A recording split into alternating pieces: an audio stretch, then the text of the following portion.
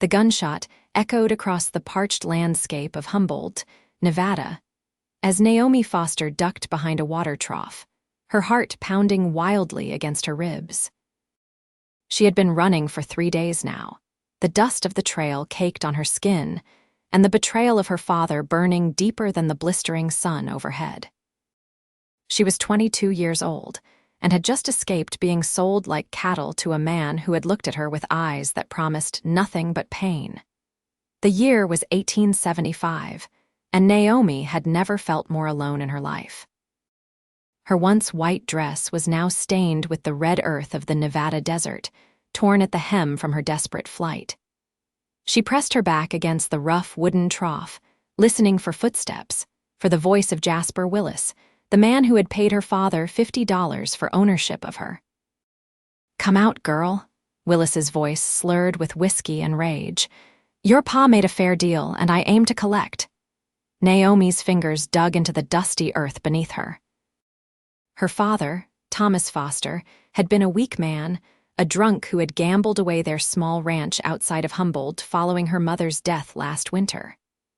When there was nothing left to bet, he had offered up his own daughter. Another gunshot splintered the wood just above her head. Naomi bit back a scream and scrambled to her feet, ready to run again, but found herself face to face with Willis, his yellowed teeth bared in a triumphant grin. "There you are, pretty thing," he growled, reaching for her arm with grimy fingers. Naomi twisted away, but her back hit the wall of the mercantile. There was nowhere left to run. "She ain't yours to take." The voice cut through the tense air like a knife. Naomi turned to see a tall figure silhouetted against the setting sun, the brim of his hat casting shadows across a face weathered by years under the open sky. Willis turned, his gun wavering in his hand. "This ain't your business, stranger. I paid good money for this gal." The stranger stepped forward, and Naomi could now make out his features' strong jaw, eyes the color of a summer storm, and a scar that ran along his left cheekbone. He wore the clothes of a working cowboy, not the flashy attire of a gunslinger, but the Colt revolver on his hip looked well used. "A person ain't property," the stranger said, his voice calm but edged with steel. "Put the gun away and ride out of town." Willis spat on the ground. "Her pa sold her fair and square." The stranger's hand hovered near his gun, but he didn't draw. "Then her pa's no father at all. And she'll never call him that again." Something in his words struck Naomi deeply. No father at all. The truth of it resonated within her like the toll of a bell. Willis laughed, an ugly sound. "You willing to die over some whore's daughter?" The stranger didn't flinch at the insult. "Are you?" The question hung in the air between them. Naomi watched as Willis's confidence wavered, his eyes darting between her and the stranger. Finally, with a curse, he holstered his gun. "Ain't worth the lead," he muttered, "but I'll be seeing Judge Harlow about this. I got a receipt." "A receipt ain't a bill of sale for a human being," the stranger said. "Not in this territory, not anywhere decent folks live." Willis backed away, shooting one last hateful glance at Naomi before mounting his horse and galloping out of town, dust billowing behind him. Naomi felt her legs give way beneath her as relief flooded through her body. The stranger was at her side in an instant, offering a steadying hand. "Thank you," she whispered, her voice hoarse from thirst and fear. "Cole Fairbanks," he introduced himself, his grip firm but gentle. "You got somewhere safe to go, miss?" Naomi shook her head, tears threatening to spill. "My father sold everything. He sold me. I have nowhere." Cole's jaw tightened, but his eyes softened. "Well, that ain't right. No one should be treating their kin that way." He paused, seeming to consider something. "I work at the Silver Creek Ranch just north of town. The owner, Mrs. Alina Whitman, she's always looking for help at the main house. It ain't much, but it's honest work and a roof over your head." Naomi looked up at him, searching for any sign of deception, but found only sincere concern. "Why would you help me? You don't know me." Cole adjusted his hat, a hint of a smile touching his lips. "My ma taught me to help folks in need. Besides, I've seen what happens to people with no options in towns like this. It ain't pretty. For the first time in days, Naomi felt a flicker of hope. I'm Naomi Foster, though I'm not sure I want that name anymore. Well, Miss Naomi, Cole said, offering his arm, what you're called is up to you now, no one else. As they walked through the dusty streets of Humboldt, Naomi couldn't help but glance over her shoulder, half expecting to see Willis or her father appear. But there was only the setting sun casting long shadows across the wooden buildings and the distant silhouette of mountains against the darkening sky. How far is this ranch? Naomi asked, suddenly aware of how exhausted she was. About an hour's ride, Cole replied. My horse is at the livery. You ever ride before? Naomi nodded. I grew up on a ranch. Riding was the only freedom I had.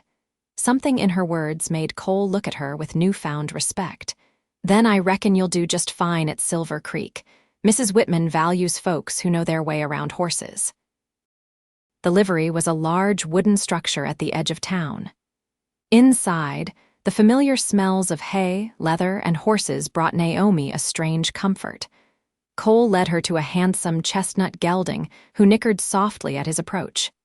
This here's Rusty, Cole said, patting the horse's neck. He's steady as they come. We'll ride double to the ranch. Cole helped Naomi mount first, then swung up behind her. The closeness of him made her tense momentarily, but there was nothing threatening in his presence. If anything, she felt safer than she had in years. As they rode out of Humboldt, the town shrinking behind them, Naomi allowed herself to breathe deeply for the first time in days. The desert air was cooling with the approach of night, carrying the scent of sage and distant rain. What if Willis comes looking for me? She asked, voicing the fear that still lingered. Cole's voice was steady behind her. Silver Creek's got good men working it. Mrs. Whitman's husband was a federal marshal before he passed. She knows how to handle trouble, and so do the hands who work for her. They rode in silence for a while, the rhythmic sound of hoofbeats on packed earth lulling Naomi into a state of calm. The stars began to appear overhead, brilliant points of light in the vast Nevada sky. Your father, Cole finally said. He in Humboldt still. Naomi's hands tightened on the saddle horn. Last I saw, he was drinking away what Willis paid him at the Dusty Boots saloon. He didn't even look at me when Willis dragged me out. Cole was quiet for a moment. Some men don't deserve the title of father. He wasn't always like this, Naomi found herself saying, though she wasn't sure why she felt the need to explain. After my mother died, something broke in him. It was like he couldn't bear to look at me because I reminded him too much of her. Grief does strange things to a person, Cole acknowledged, but it don't excuse selling your own flesh and blood. Naomi couldn't argue with that.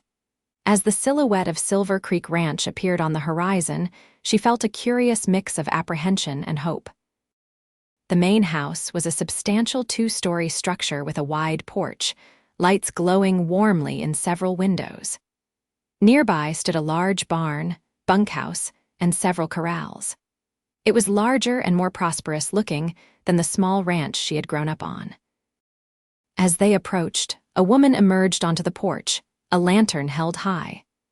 She was tall and straight-backed, with silver streaking her dark hair, which was pulled back in a neat bun.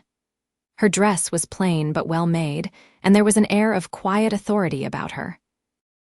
Cole Fairbanks, she called out, you're back later than expected.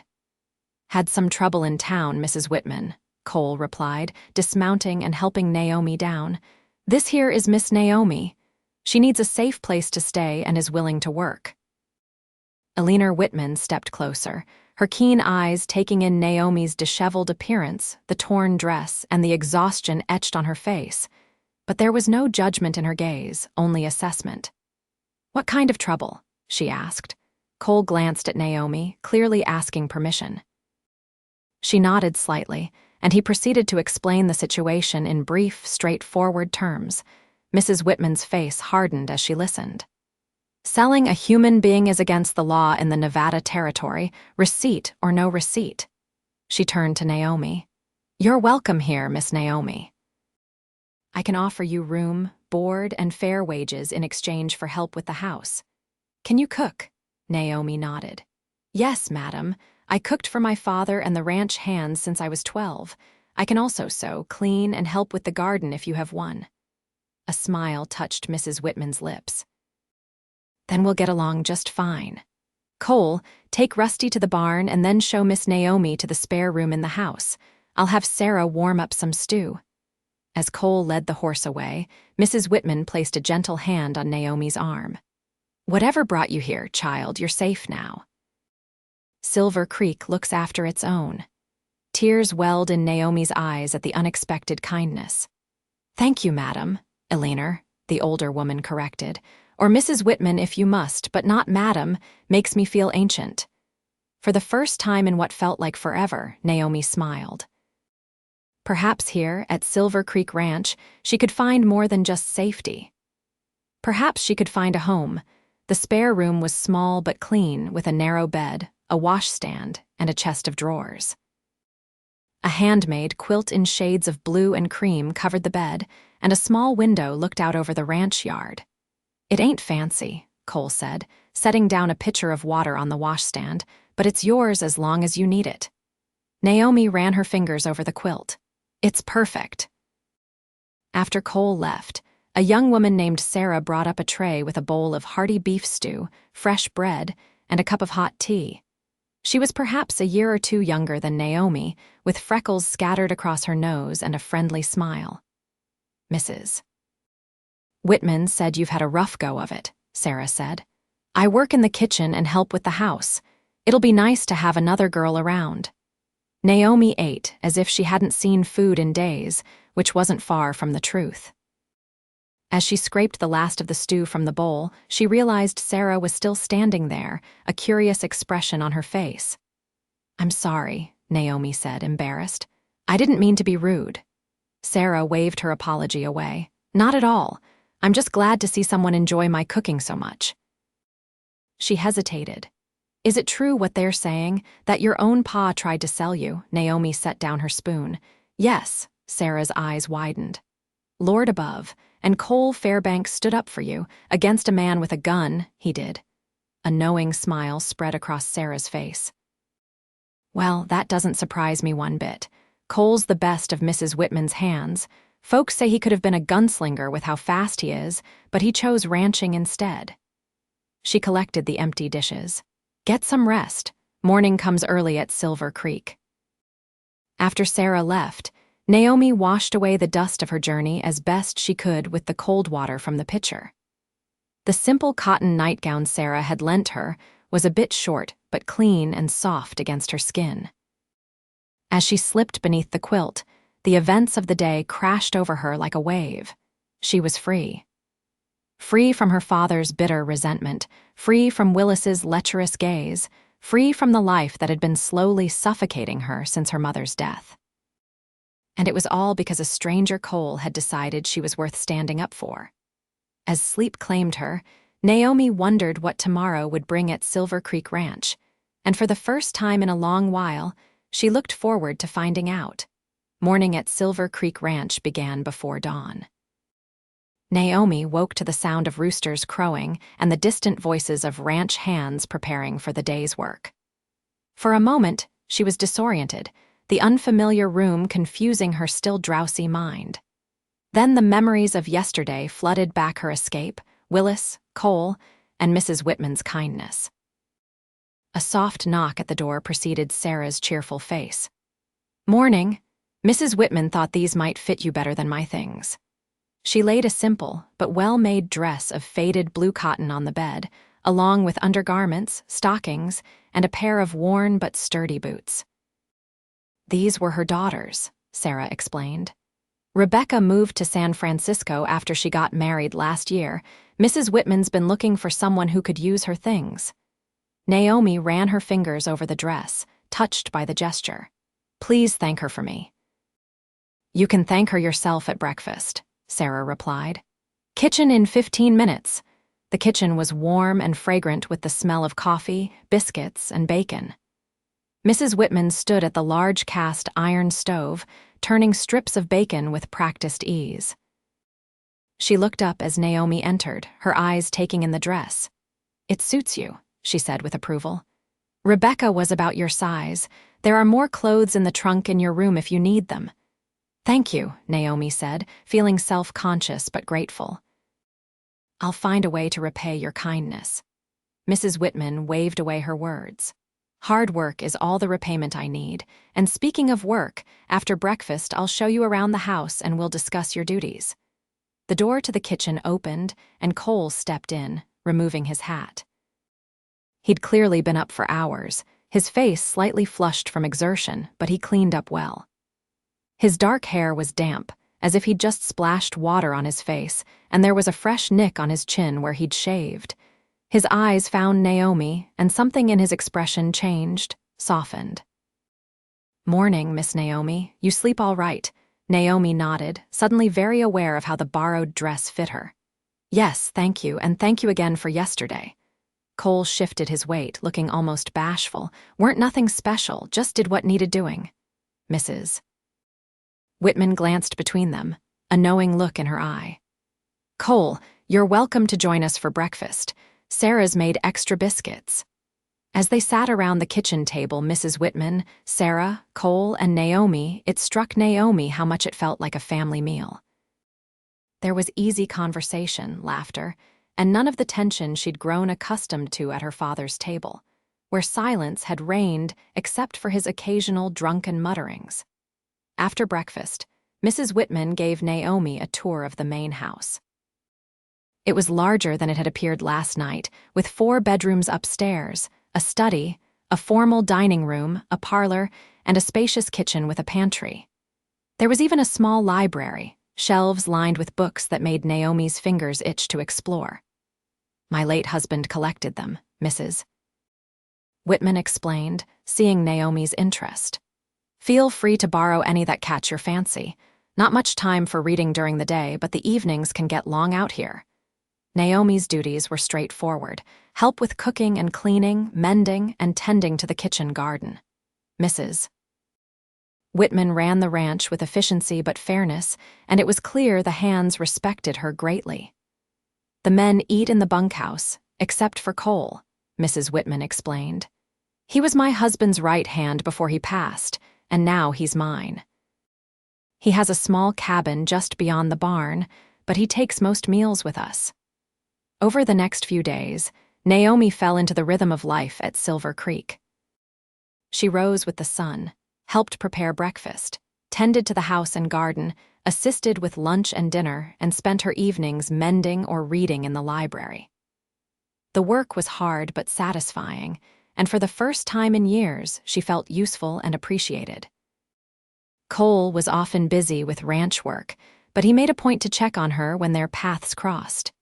He was quiet by nature, a man of few words, but his actions spoke volumes. He brought her wildflowers he'd spotted on the range, fixed the loose shutter outside her window without being asked, and always had a kind word or a tip about life at Silver Creek. One evening, about a week after Naomi's arrival, Mrs. Whitman found her in the library, absorbed in a volume of poetry. "You've settled in well," the older woman observed, taking a seat across from her. Naomi closed the book. "Everyone has been so kind, I don't know how to thank you." "You're a hard worker," Mrs. Whitman replied. "That's thanks enough." She studied Naomi for a moment. "Have you given thought to what you want to do now? Silver Creek is happy to have you as long as you wish to stay, but you're a young woman with her whole life ahead of her." The question caught Naomi off guard. The truth was, she hadn't thought beyond the immediate future, beyond the safety and routine of Silver Creek. "I don't know," she admitted. "For so long, my life was just about surviving my father's moods, keeping the ranch going even as he gambled it away piece by piece. I never dared to want anything for myself." Mrs. Whitman nodded, understanding in her eyes. "Well, there's no rush to decide, but know that you have choices now. Your father took those from you, but they're yours again." Later that night, Naomi couldn't sleep. Mrs. Whitman's words kept running through her mind. Choices. Freedom. A future that was hers to shape. It was both terrifying and exhilarating. Slipping from bed, she wrapped a shawl around her shoulders and padded downstairs. The house was silent, everyone long asleep. She let herself out onto the porch, breathing in the cool night air. The sky was a canopy of stars, more brilliant than she had ever seen them, and a sliver of moon cast silver light across the ranch yard. "Couldn't sleep either, huh?" Naomi started at Cole's voice. He was sitting in a chair at the far end of the porch, almost invisible in the shadows. "I'm sorry," she said, moving to go back inside. "I didn't mean to disturb you." "You ain't disturbing nothing," he assured her. "Just enjoying the quiet. It's about the only time of day a ranch ain't full of noise." Hesitantly, Naomi took the chair beside him. They sat in companionable silence for a while, listening to the chorus of crickets and the occasional hoot of an owl. "Mrs. Whitman asked me today what I want to do with my life," Naomi finally said. "I didn't have an answer." Cole shifted in his chair. "What do you want? If you could have anything," Naomi considered the question. "Safety," she said at last. "Peace. Maybe someday a home of my own. A family that's nothing like the one I came from." She glanced at him. "What about you? Have you always wanted to be a rancher?" Cole leaned forward, resting his elbows on his knees. "My pa was a drifter, never stayed in one place long enough to put down roots. I decided young that I wanted the opposite land under my feet that I could call my own. I've been saving every penny Mrs. Whitman pays me. Got my eye on a small spread about 10 miles from here. Nothing fancy, but good water, decent grazing." There was such quiet determination in his voice that Naomi couldn't help but admire him. "You'll make a fine rancher on your own." Cole looked at her then, his eyes reflecting the starlight. "Been thinking lately it might be nice not to do it alone." The words hung between them, full of unspoken meaning. Naomi's heart beat a little faster, but before she could respond, the sound of approaching hoofbeats broke the stillness of the night. Cole was on his feet immediately, hand moving to the revolver at his hip. "Stay here," he told Naomi, his voice tense. But Naomi was already standing, peering into the darkness. A lone rider was approaching the house, the outline of his horse visible in the moonlight. There was something familiar about the way he sat in the saddle, a slight list to the right that Naomi had seen thousands of times. "It's my father," she whispered, dread coiling in her stomach. Cole's expression hardened. "What's he doing here?" "I don't know," Naomi said, unconsciously moving closer to Cole. Thomas Foster reined in his horse in front of the porch, swaying slightly in the saddle. Even from a distance, Naomi could smell the whiskey on him. "There you are, girl," he slurred, his eyes bloodshot and unfocused. "Been looking all over for you." Cole stepped in front of Naomi, his stance protective. "Mr. Foster, it's late. Whatever business you have can wait till morning." Foster spat on the ground. "My business is with my daughter, not you, Cowboy. Naomi, get your things. We're leaving." Naomi found her voice, though it trembled slightly. "I'm not going anywhere with you, not after what you did." Foster's face darkened with anger. "You ungrateful little," he dismounted clumsily, nearly falling. "I'm your father. You'll do as I say." "The man who sold his daughter ain't no father at all," Cole said. Echoing his words from their first meeting, Foster's hand moved to his waistband, where a pistol was tucked. "This ain't your concern, boy." "Mr. Foster." "Mrs." Whitman's voice cut through the tension as she appeared in the doorway, a shotgun in her hands. "You're trespassing on my property. I suggest you leave before things get unpleasant." Foster looked from Mrs. Whitman to Cole to Naomi, his bloodshot eyes narrowing. "Fine," he said after a tense moment. "Keep the ungrateful wench, but this ain't over." He jabbed a finger at Naomi. "Willis still wants what he paid for, and he's got friends, dangerous friends." With that ominous warning, he mounted his horse and rode off, weaving slightly in the saddle. Mrs. Whitman lowered the shotgun. "Are you all right, Naomi?" Naomi nodded, though she felt anything but all right. "I'm sorry he came here. I never thought he would." "It's not your fault," Cole said firmly, "but I don't like his threat about Willis." He turned to Mrs. Whitman.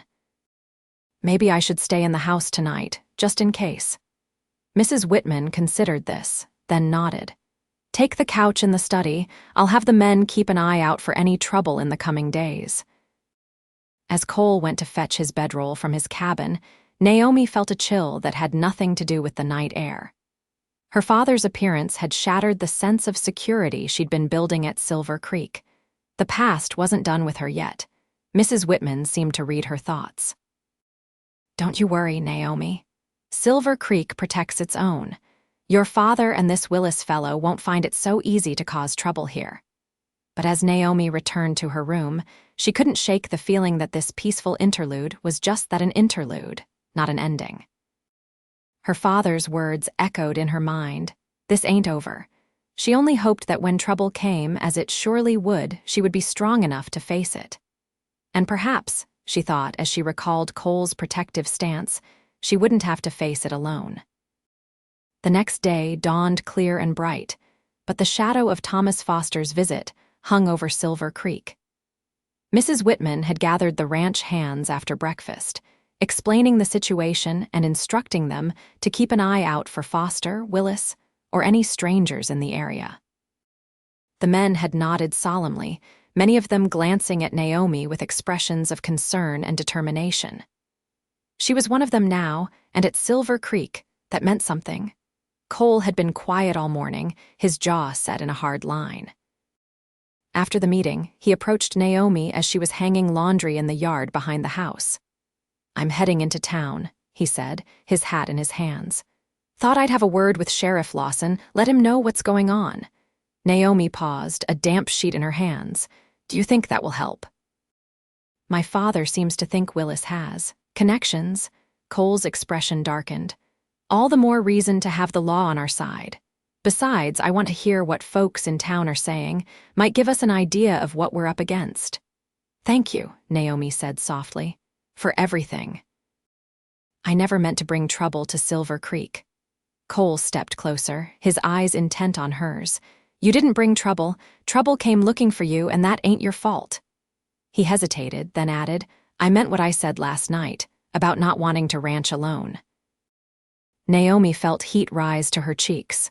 Cole, you don't have to say anything, he interrupted gently. Just know that whatever comes, you've got people on your side now. You've got me. With that, he touched the brim of his hat and turned to go. Naomi watched him walk away, her heart a jumble of emotions. In the short time she'd known Cole Fairbanks, he had become something more than just the man who had saved her from Willis. There was a steadiness to him, a quiet strength that she found herself drawn to. And if she was honest with herself, there was an attraction there too, a flutter in her stomach whenever he was near. But was it wise to let herself feel these things? Her life was still unsettled, the threat from her father and Willis looming.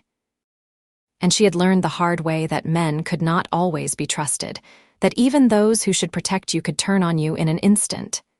Yet, Cole had proven himself different from her father in every way that mattered. He was kind, honorable, hardworking. He stood up for what was right, even when it put him in danger. Naomi finished hanging the laundry, her thoughts still swirling. As she returned to the house, she found Sarah in the kitchen, kneading dough for the day's bread. You look like you're carrying the weight of the world, Sarah observed, flour dusting her forearms. Naomi sighed, picking up a knife to chop vegetables for the stew. My father showed up last night. Sarah's eyes widened. Lord above, what happened? As Naomi recounted the confrontation, Sarah's expression shifted from shock to indignation. The nerve of that man, after what he did. He threatened me, Naomi said quietly. Said Willis still wants what he paid for and that he has dangerous friends. Sarah's hands stilled in the dough. You think they might come here, cause trouble? I don't know, Naomi admitted. Cole's gone to town to talk to the sheriff, just in case. A knowing smile tugged at Sarah's lips. Cole's sweet on you, you know. Naomi nearly sliced her finger instead of the carrot. What? No, he's just being kind. Sarah laughed. Oh, honey. Cole Fairbanks has worked at Silver Creek for 5 years, and I've never seen him bring wildflowers to anyone else, or fix their shutters, or stand guard all night because they might be in danger. Naomi couldn't help the warmth that spread through her at these words. Even if that were true, I'm not sure I'm ready for that. After everything with my father, it's hard to trust. Sarah's expression softened. Not all men are like your pa, Naomi. Some are worth taking a chance on. She punched the dough with renewed vigor. And if anyone tries to hurt you, they'll have all of Silver Creek to answer to. Mrs. Whitman included, and she's a force to be reckoned with. The afternoon passed slowly, with Naomi finding it hard to concentrate on her tasks. Every sound from outside had her peering through windows, half expecting to see Willis riding up with his dangerous friends. But the ranch remained peaceful, the only movements those of the hands going about their daily work. It was nearly sunset when Cole returned from town. Naomi was in the garden, picking vegetables for dinner, when she heard the sound of hoofbeats. Looking up, she saw him dismounting Rusty, his expression grim. "Cole," she called, setting down her basket and hurrying over. "What is it? What did you find out?" Cole removed his hat, running a hand through his dark hair. "Sheriff Lawson says Willis has been bragging in the saloon about how he's got a rightful claim to you. Says he's got papers to prove it." Naomi's stomach lurched. "Papers?" "A bill of sale," Cole said, disgust evident in his voice. "Your father made him an actual bill of sale, like you were a horse or a cow. Lawson says it ain't legal, of course, but Willis is convinced it is, and he's got some rough characters listening to his complaints." "Did the sheriff say he'd help if there's trouble?" Cole nodded. "He will, but Humboldt's a small town with a small jail, if Willis brings too many men." He left the sentence unfinished, but the implication was clear. Naomi wrapped her arms around herself, suddenly cold despite the warmth of the evening. "What do we do?" Cole's eyes met hers, steady and determined. "We prepare. Mrs. Whitman's already got the hands taking shifts, keeping watch, and I've sent word to some friends in Carson City. Good men who'll come if we need them." "I could leave," Naomi suggested, though the thought of abandoning Silver Creek, abandoning Cole, made her heart ache. "Go somewhere Willis and my father won't find me." Cole shook his head firmly. "Running ain't the answer. They'd just find someone else to torment. Besides," he added, his voice softening, "I don't want you to go." There it was again, that undercurrent of something more than friendship, more than the protectiveness of a good man toward someone in need. Naomi found herself stepping closer to him, drawn by the warmth in his storm-gray eyes. "I don't want to go either," she admitted, her voice barely above a whisper. For a moment they stood there, inches apart, the air between them charged with unspoken feelings. Then Cole's gaze flickered to something over her shoulder, and his expression changed. "Mrs. Whitman," he said, taking a step back and putting his hat back on. Naomi turned to see Mrs. Whitman approaching from the house, her expression concerned. "What news from town, Cole?" As Cole repeated what he had learned, Mrs. Whitman's face grew increasingly troubled. "I feared as much," she said when he finished. "Willis isn't the type to let go of what he thinks is his, legal or not, and if he's gathering men." She turned to Naomi. "You should know, child, that if trouble comes to Silver Creek, it won't be just for you. Everyone here is at risk." "I understand," Naomi said, guilt washing over her. "If you want me to leave, that's not what I'm saying," Mrs. Whitman interrupted. "I'm saying we need to be prepared for whatever comes, all of us." She looked at Cole. "How many men can Willis muster, do you think?" Cole considered. "Sheriff Lawson mentioned 5 or 6 rough types who have been listening to his complaints. Could be more by now." Mrs. Whitman nodded. "We have 8 hands, plus you, me, and the house staff, and your friends from Carson City if they come in time." "It shouldn't come to fighting," Naomi protested. "This is my problem, not yours." "It became our problem when we took you in," Mrs. Whitman said, her tone leaving no room for argument. "And Silver Creek stands by its own. Now, both of you come inside. Dinner's almost ready, and we have plans to make." The next few days passed in a state of tense anticipation. The ranch hands took turns standing watch, rifles at the ready. Cole rarely left the main house, and when he did, he made sure another trusted hand was nearby. Mrs. Whitman had Sarah teach Naomi how to shoot a small revolver, just in case. Despite the circumstances, or perhaps because of them, Naomi found herself growing closer to Cole. They spent evenings on the porch, talking of everything and nothing, his dreams for his own ranch, her memories of her mother, the books they had both read, the places they hoped to see someday. In these quiet moments, with the threat of Willis temporarily forgotten, Naomi could almost imagine a future where such conversations were a regular part of her life. It was on the fourth night after Cole's trip to town that the waiting ended. Naomi was helping Sarah clear the dinner dishes when one of the hands, a young man named Danny, burst into the kitchen. "Riders coming," he said, breathless. "Looks like Willis, Foster, and about 8 others, all armed, Mrs." Whitman moved with swift efficiency, retrieving the shotgun from its place by the door. "Sarah, take Naomi upstairs. Danny, alert the men. But Cole was already checking his revolver, his expression grim but determined. I'll handle Willis." "No unnecessary bloodshed," Mrs. Whitman warned. "This is still my ranch, and we'll do this my way." As Sarah led Naomi upstairs, Naomi could see through the window a line of riders approaching the main house. Her father was easy to spot, still listing slightly in the saddle.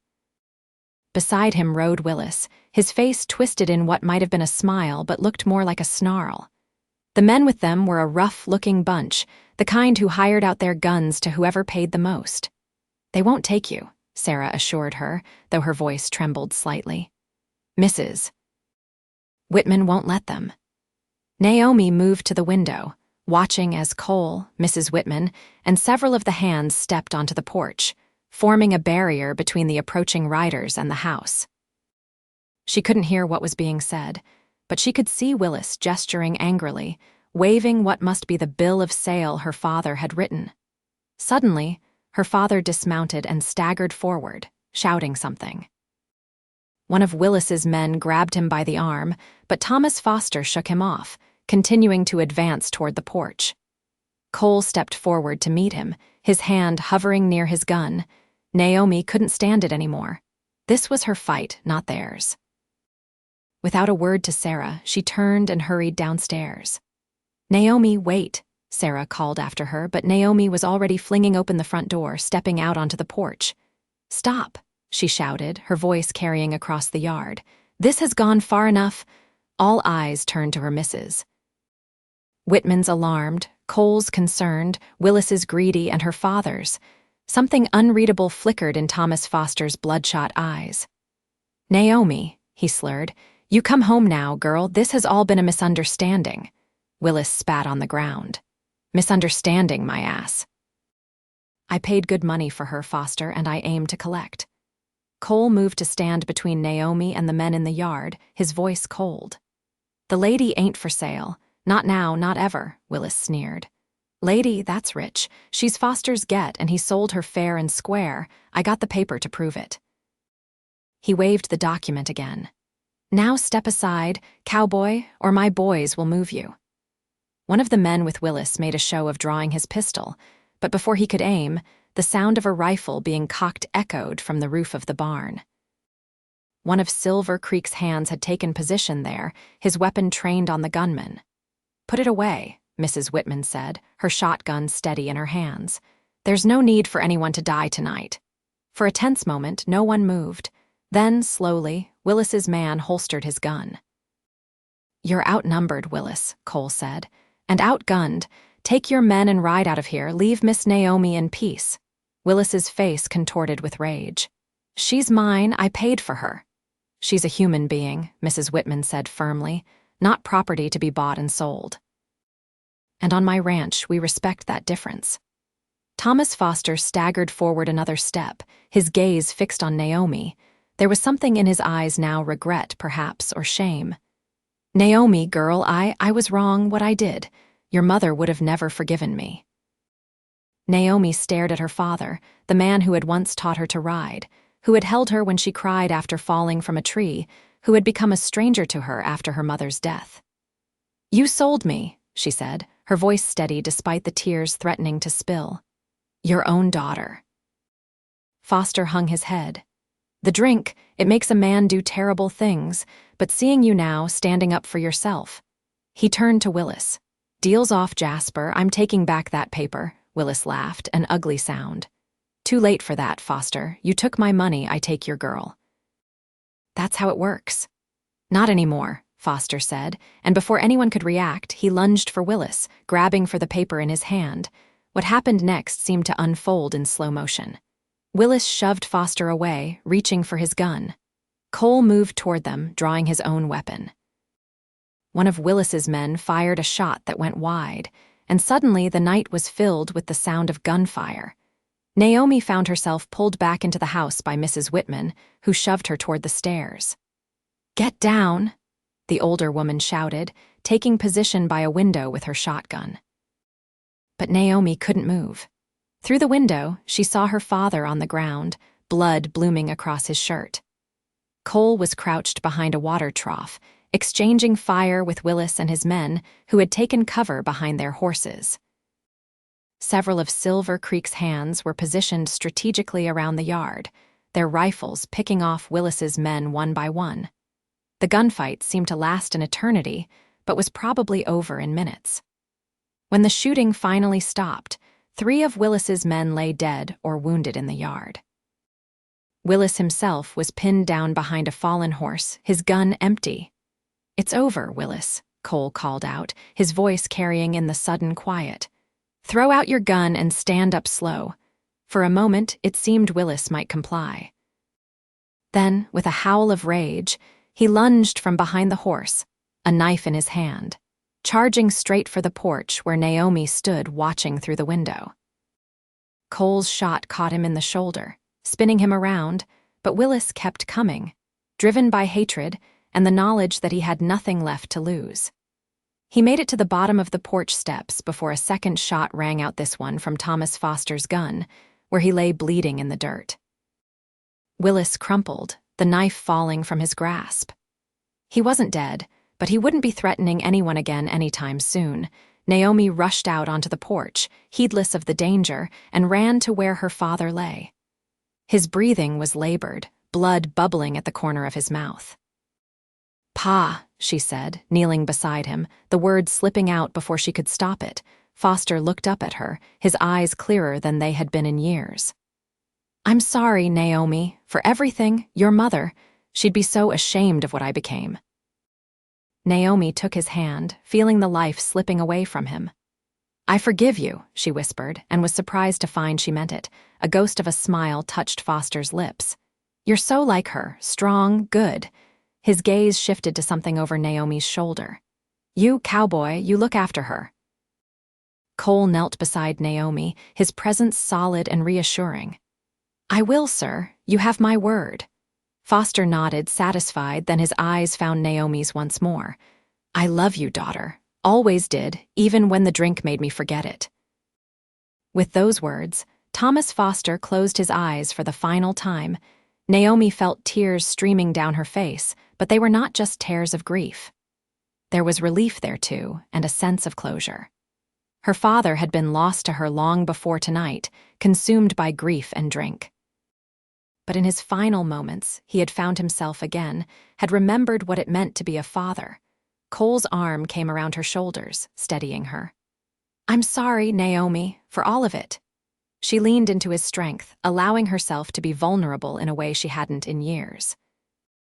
"He saved me in the end. After everything, he saved me." Around them, the aftermath of the gunfight was being dealt with. Mrs. Whitman had sent for the sheriff, and the ranch hands were disarming the remaining members of Willis's gang, who had surrendered once their leader fell. Willis himself was unconscious but alive, destined for the Humboldt jail and, eventually, prison.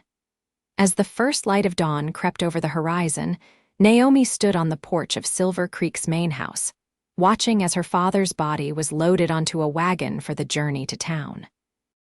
The night's events felt almost unreal, like something from one of the dime novels she'd sometimes read when her father wasn't looking. Cole came to stand beside her, his arm brushing against hers. "Sheriff Lawson says Willis will stand trial for attempted murder, among other charges." He'll be away for a long time. Naomi nodded, too emotionally exhausted to speak. Your father, Cole continued gently. He made arrangements with the sheriff before he passed. Seems he had a small parcel of land left, about 20 acres just north of Humboldt. Not much, but it's legally yours now. This caught Naomi's attention. Land? I thought he'd gambled everything away. Not everything, apparently, and there was some money too, hidden in his boot. Not a fortune, but enough for a decent burial and a little left over. Naomi tried to process this information. Her father, even in his worst moments, had kept something back for her. It was a small gesture, but it meant something. What will you do now? Cole asked, his voice carefully neutral. Naomi looked out over Silver Creek at the land that had become her sanctuary in such a short time. I don't know. I have choices now, I suppose. Cole was quiet for a moment, then turned to face her fully. Naomi, I know it's soon. Too soon, maybe, but I meant what I said before. About not wanting to ranch alone. Naomi met his gaze. Cole, just hear me out, he said. I've been saving for my own spread for years. With what I've put aside and what your father left you, we could make a real go of it, a fresh start for both of us. Are you proposing? Naomi asked, her heart beating faster. Cole's cheeks colored slightly, but his eyes remained steady on hers. I reckon I am, though I'm making a poor job of it. I know we haven't known each other long, but sometimes you just know when something's right. And from the moment I saw you in Humboldt, something told me you were someone special. Naomi felt a smile tugging at her lips, the first real smile since the gunfight. Most men would court a lady before proposing marriage. A slow grin spread across Cole's face. Well, I never claimed to do things in the usual way, but if it's courting you want. He took her hand in his touch gentle but sure. Miss Naomi, would you do me the honor of allowing me to call on you properly, with the understanding that my intentions are serious and honorable? Naomi looked at their joined hands, then up at Cole's earnest face. In his eyes, she saw everything she had ever hoped for: respect, admiration, and yes, love. It was soon, perhaps too soon, as he had said. But her heart recognized what her mind was just beginning to understand. Cole Fairbanks was a good man, the kind of man who would stand by her through whatever life brought their way. Yes, she said softly. I would like that very much. Cole's smile widened, relief and joy evident in his expression. Slowly, giving her every chance to pull away, he leaned down and pressed his lips to hers in a gentle, sweet kiss that held the promise of many more to come. When they parted, Mrs. Whitman's voice came from the doorway, amusement clear in her tone. Well, it's about time. I was beginning to think I'd have to lock you two in the barn together to get you to admit your feelings. Cole laughed, the sound warming Naomi's heart. No need for that, Mrs. Whitman. Though I hope you won't mind losing your housekeeper eventually. Mrs. Whitman waved away his concern.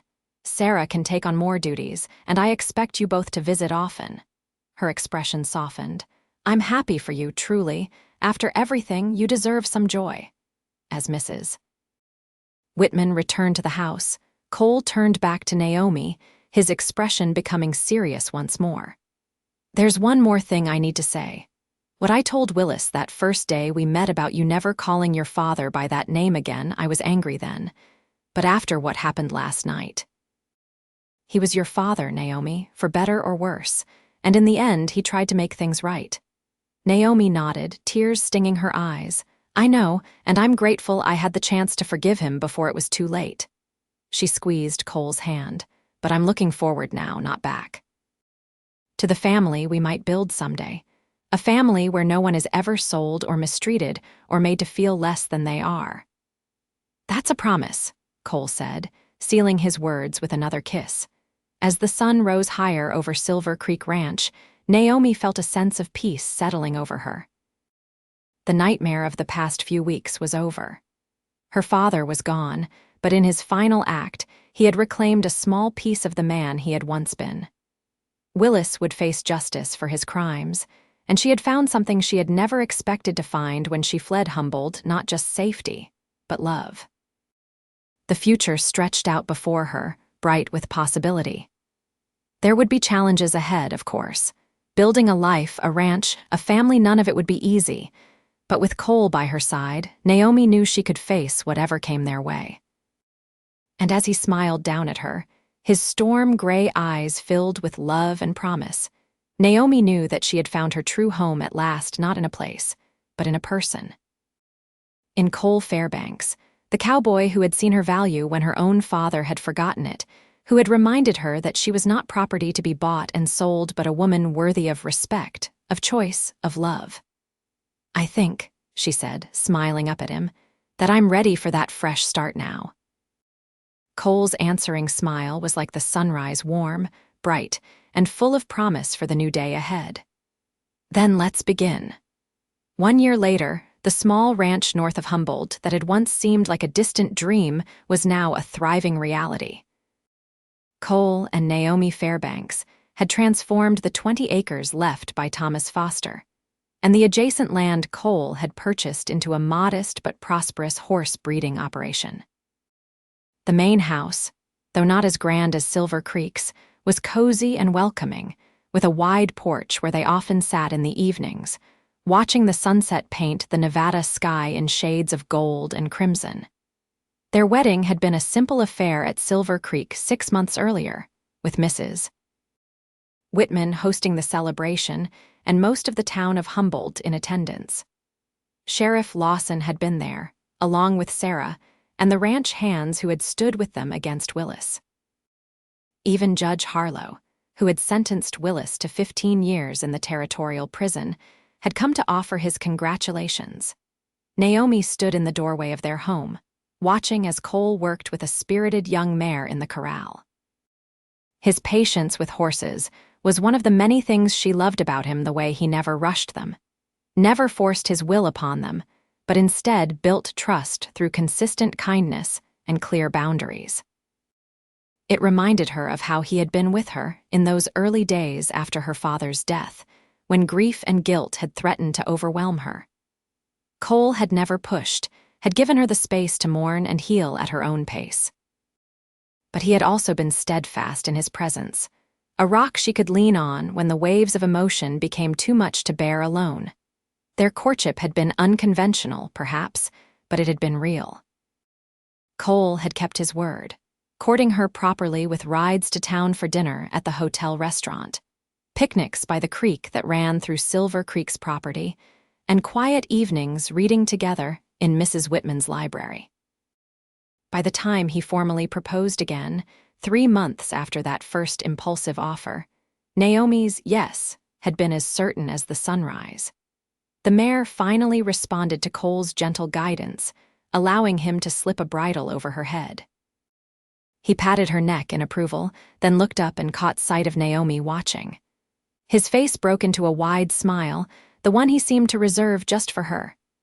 "She's coming along," he called, securing the mare to a hitching post before walking toward the house. "Another week or so, and she'll be ready to saddle." Naomi returned his smile, warmth blooming in her chest as it always did when he looked at her that way. "Mrs. Whitman's coming for dinner tomorrow," she reminded him as he climbed the porch steps, "and she's bringing Sarah."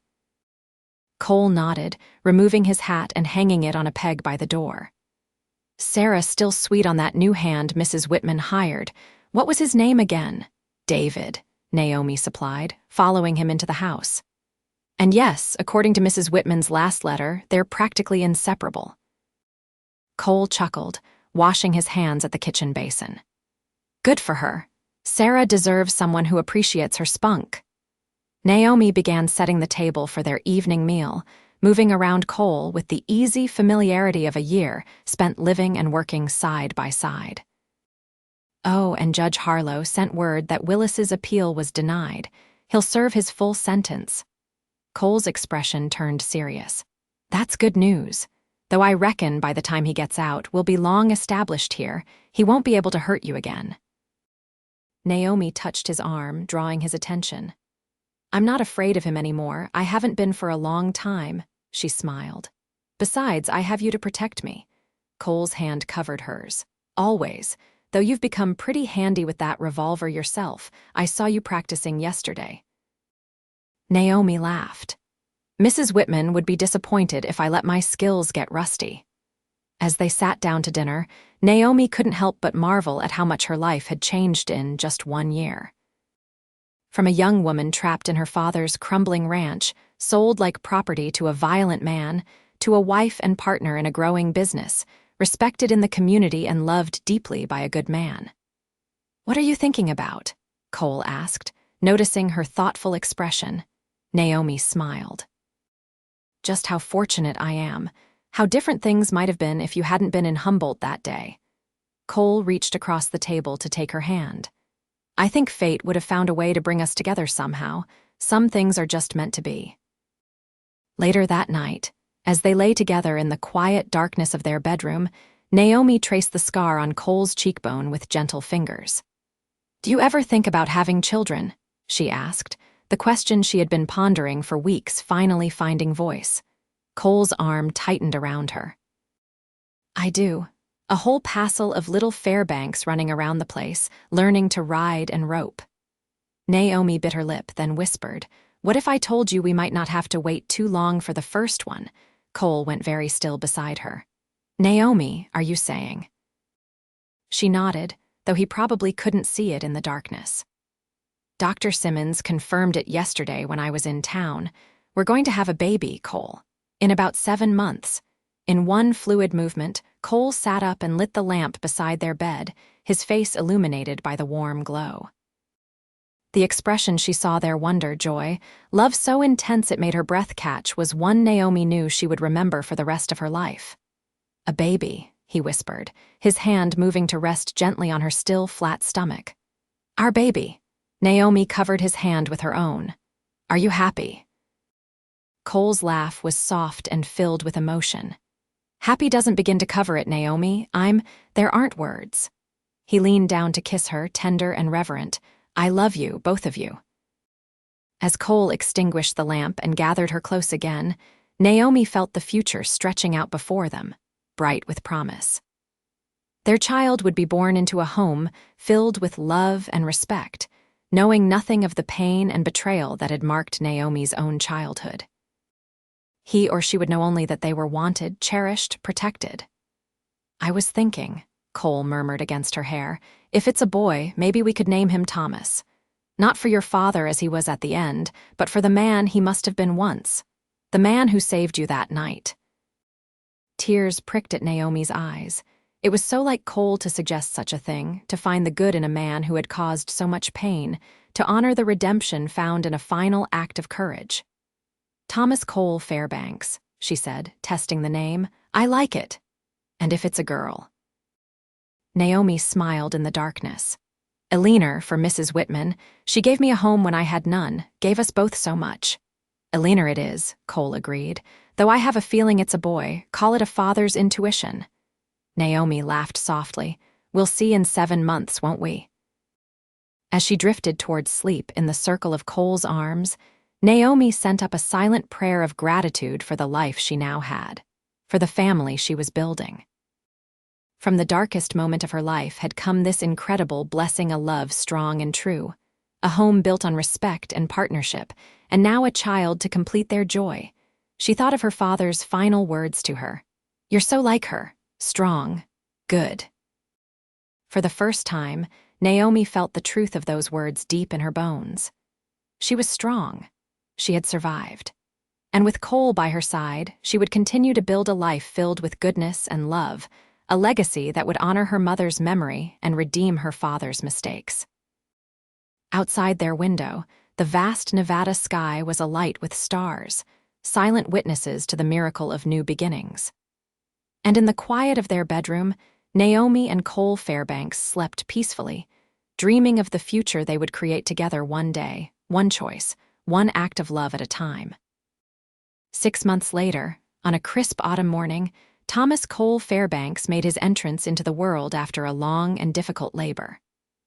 Cole, who had paced anxiously outside the bedroom door while Mrs.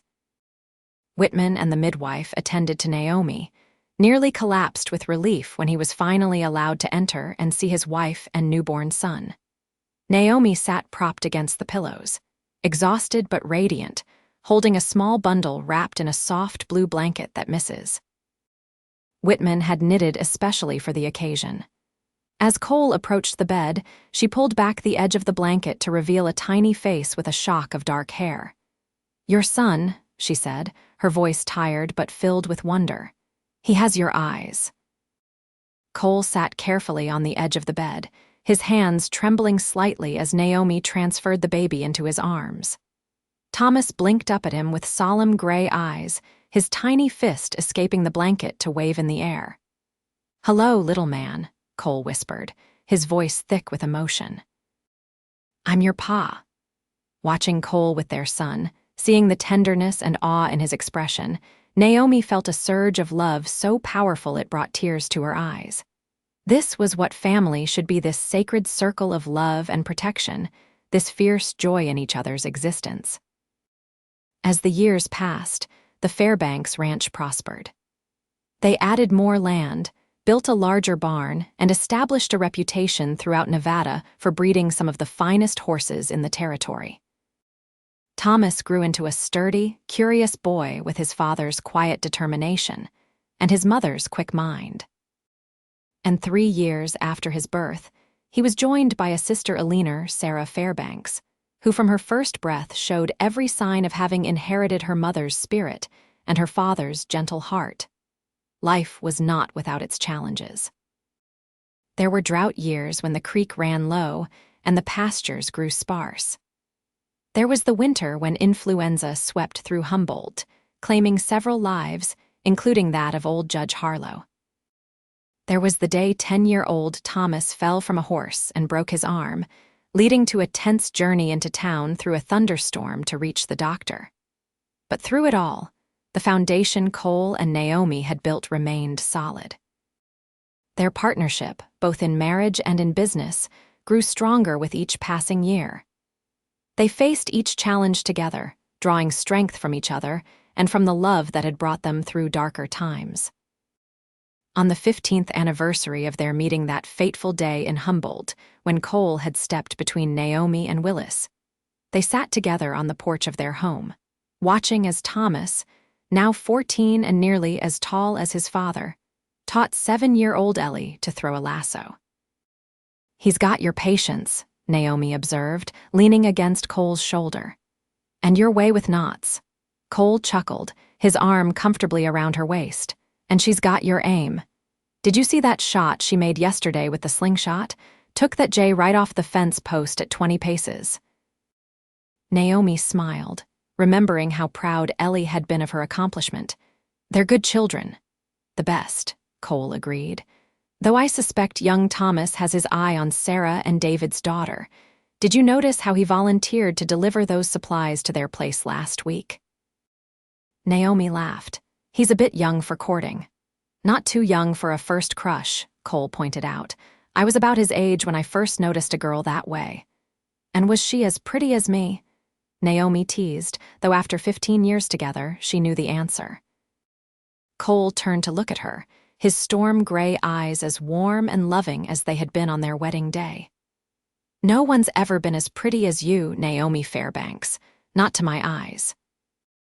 Naomi felt a blush rise to her cheeks, amazed that after all this time, Cole could still make her feel like the young woman he had rescued in Humboldt. "Flatterer. Just speaking the truth," he said, pressing a kiss to her temple. "Have I told you today that I love you?" "Yes," she replied, smiling, "but I never tire of hearing it." Cole's expression turned thoughtful. "Do you ever think about what might have happened if I hadn't been in town that day, if Willis had taken you?" Naomi shook her head. "No, that life never existed for me." This, she gestured to their children, their home, the land they had nurtured together.